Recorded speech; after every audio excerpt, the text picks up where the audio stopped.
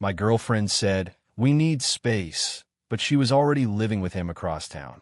I heard the words clearly, but they didn't make sense. We need space. Those words had come out of her mouth that morning, just before I left for work, when I asked if something was wrong. I didn't think much of it at first, just thought she was stressed from work, or maybe needed time to herself. She'd always been an independent person. I was fine with that.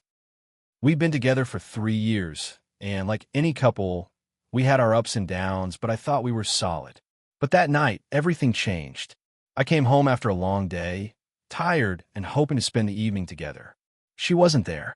Her things, her clothes, her shoes, her half-empty coffee mug were all gone.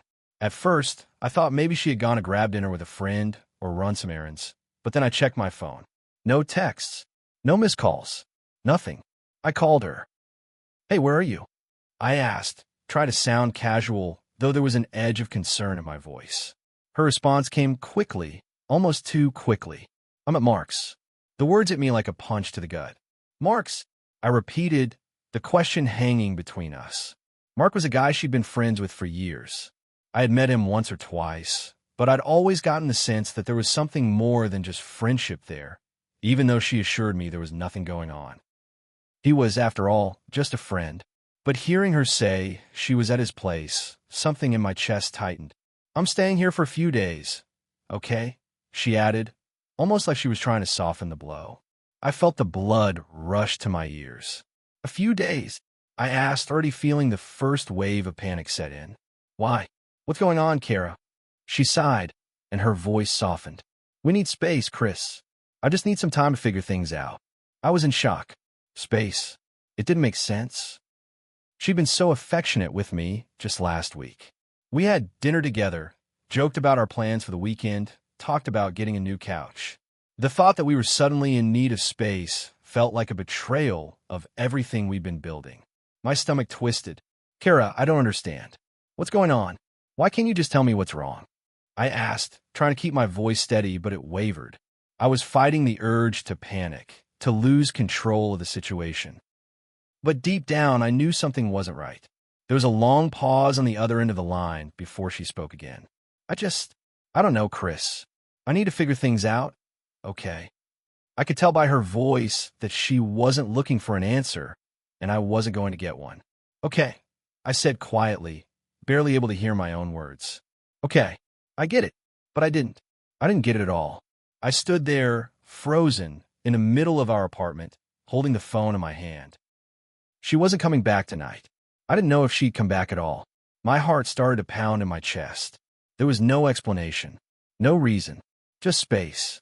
We'd been together for 3 years. It wasn't perfect, but it felt right. We had our moments, sure. Arguments over silly things like dirty dishes or her work schedule or me forgetting to call when I was running late. But those moments always passed. We'd always talked through everything, and that's what I loved about us. Kara was my best friend. We had the kind of relationship where we could be real with each other, even when it was hard. Or so I thought. Kara was always independent. She had a strong sense of self, and she didn't need me hovering around all the time. I respected that about her. But lately, I had started to feel a shift.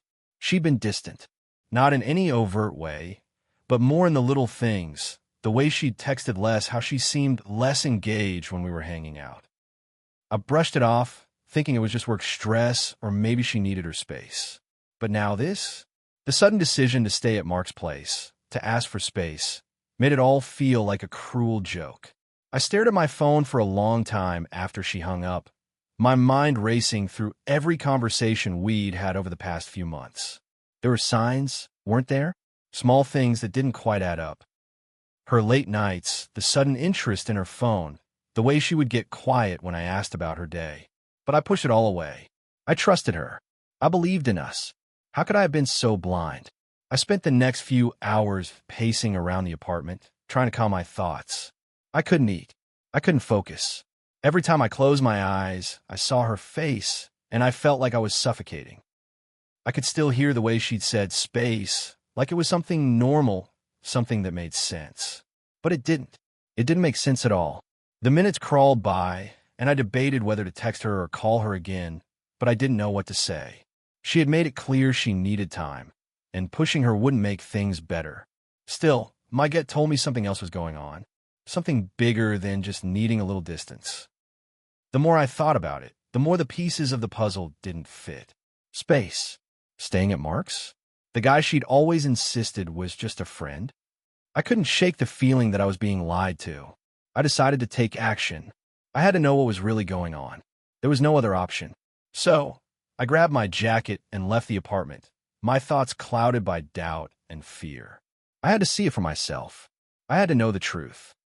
I drove to Mark's place across town, my hands gripping the steering wheel so tight my knuckles were white. I wasn't proud of it. I didn't want to be the guy who spied, who didn't trust his partner. But this wasn't just about trust anymore. This was about feeling like an idiot for believing everything was fine when, clearly, something was wrong. His apartment wasn't far, and I knew the general area well enough to make my way there. It was a small, unassuming building, the kind of place where people came and went without much notice. I parked down the street, trying to stay out of sight, my heart pounding with every breath. I waited. I told myself I wasn't going to do anything crazy. I just needed answers. It wasn't long before I saw her. Kara, walking out of the building, her shoulders hunched, her eyes glued to her phone. I felt my stomach drop. She hadn't even seen me. I knew she hadn't been expecting me. I was about to call her when I saw Mark step out behind her, his hand brushing her back in that familiar, intimate way. She smiled at something he said. It was the smile that broke me. It was the kind of smile she used to give me, the one that made me feel like I was the only person in the world for her. The smile I hadn't seen in months. I sat there, motionless, watching them. They weren't just friends. They were something else. She wasn't just staying at his place for a few days. She was living with him. They were spending time together, and it wasn't just a casual hangout. I knew that. I watched them get into his car. Kara looked relaxed, comfortable, like she had been there before. I felt my chest tighten. All the pieces had fallen into place, and I couldn't deny it anymore. She wasn't just needing space. She was already with him. I felt like I couldn't breathe. I felt stupid. I felt betrayed. And worse, I felt like the last 3 years had been a lie. I sat there for another long while, my mind a whirlwind of confusion and heartbreak. I didn't know what to do.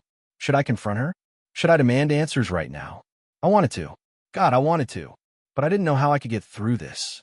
How could I salvage anything from this? She had already made her choice. I felt like an outsider in my own life. The future I had imagined with her seemed so far out of reach now. I didn't know how we'd gotten here, but I knew this. There was no going back. I drove home that night with my heart heavy, my head spinning. Whatever was left of our relationship had already crumbled, and I was only just starting to realize how far apart we really were. Part 2. The next few days were a blur of conflicting emotions. I had no idea what to do with myself, what to say to her, if I should say anything at all. Kara and I had shared so much. Laughter, late-night conversations, plans for the future. And now it felt like all of it was hollow. A facade. The life we'd built together was cracked, and I didn't know if there was a way to put the pieces back together.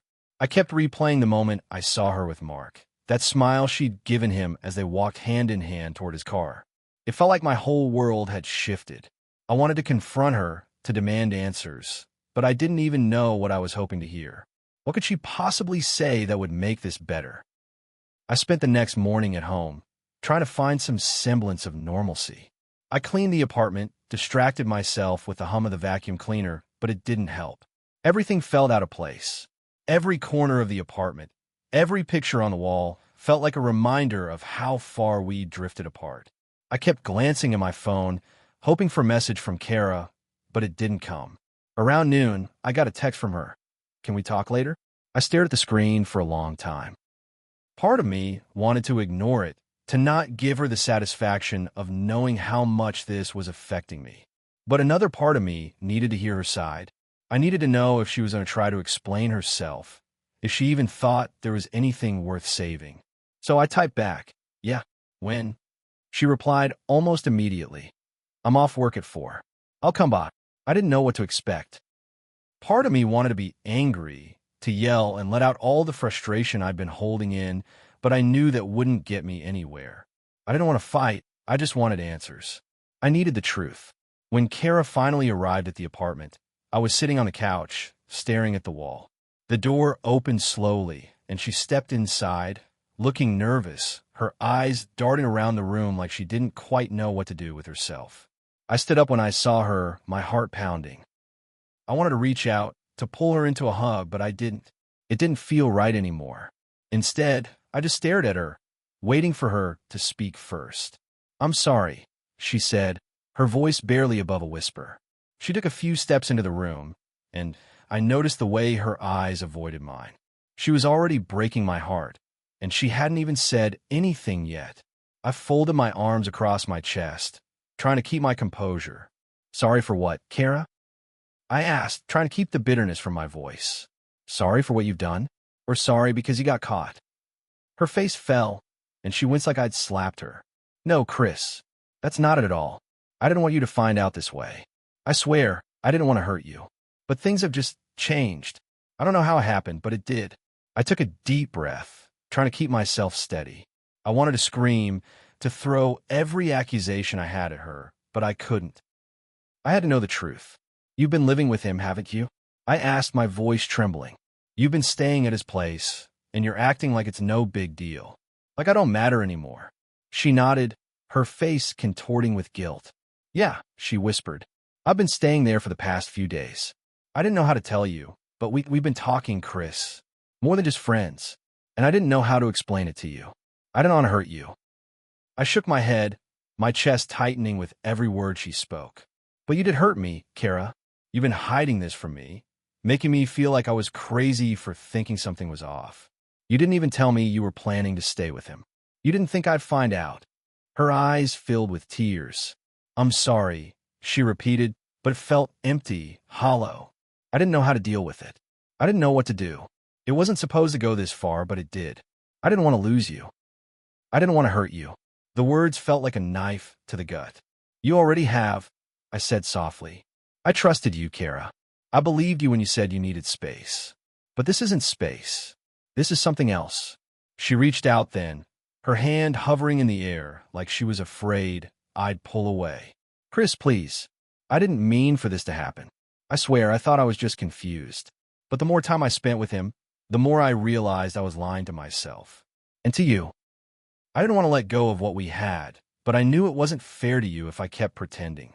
I needed to figure it out, and I did. I need to be honest with you. I felt my stomach churn. I wanted to be angry. I wanted to yell at her for betraying my trust, for throwing away everything we had. But I didn't. All I could feel was an overwhelming sense of loss. The person I thought she was, the person I had built my life with, was gone. And in her place was someone who had lied to me, someone who had been willing to tear apart what we had just for a few days of comfort with someone else. "I can't do this," I said, the words coming out hoarse. "I can't just pretend like everything is fine, Kara. I don't know who you are anymore." She stepped back, her face crumpling as if I had slapped her. "Please don't say that," she whispered. "I love you. I never stopped loving you. But I couldn't feel it anymore." The words were empty, and they didn't match the actions. How could they? How could I believe her when everything had been a lie? "Maybe you did love me," I said, my voice thick with emotion. "But you stopped loving us a long time ago. You stopped loving what we built. And now I don't know how to get it back." The silence that followed was suffocating. She stood there, tears running down her face, and I could see the desperation in her eyes. But I couldn't fix this. I couldn't fix her. "I think it's time we ended this, Kara," I said, the words coming out as a painful release. "I don't want to keep pretending like everything is fine when it's not. I need to move on. And so do you." She didn't say anything at first. She just nodded, the tears falling freely now. "I'm sorry," she whispered again, and then she turned and walked toward the door. I didn't try to stop her. I couldn't. As the door closed behind her, I felt an emptiness settle in my chest. I wasn't angry anymore. I wasn't even sad. I was just done. I didn't know how to fix what was broken between us. I didn't know if it was even possible. All I knew was that I had to let go, because whatever we had was gone. And no matter how much I loved her, I couldn't stay in a relationship that was built on lies. The rest of the night was a blur. I didn't know what to do, how to move forward. But I knew one thing for sure: I couldn't go back.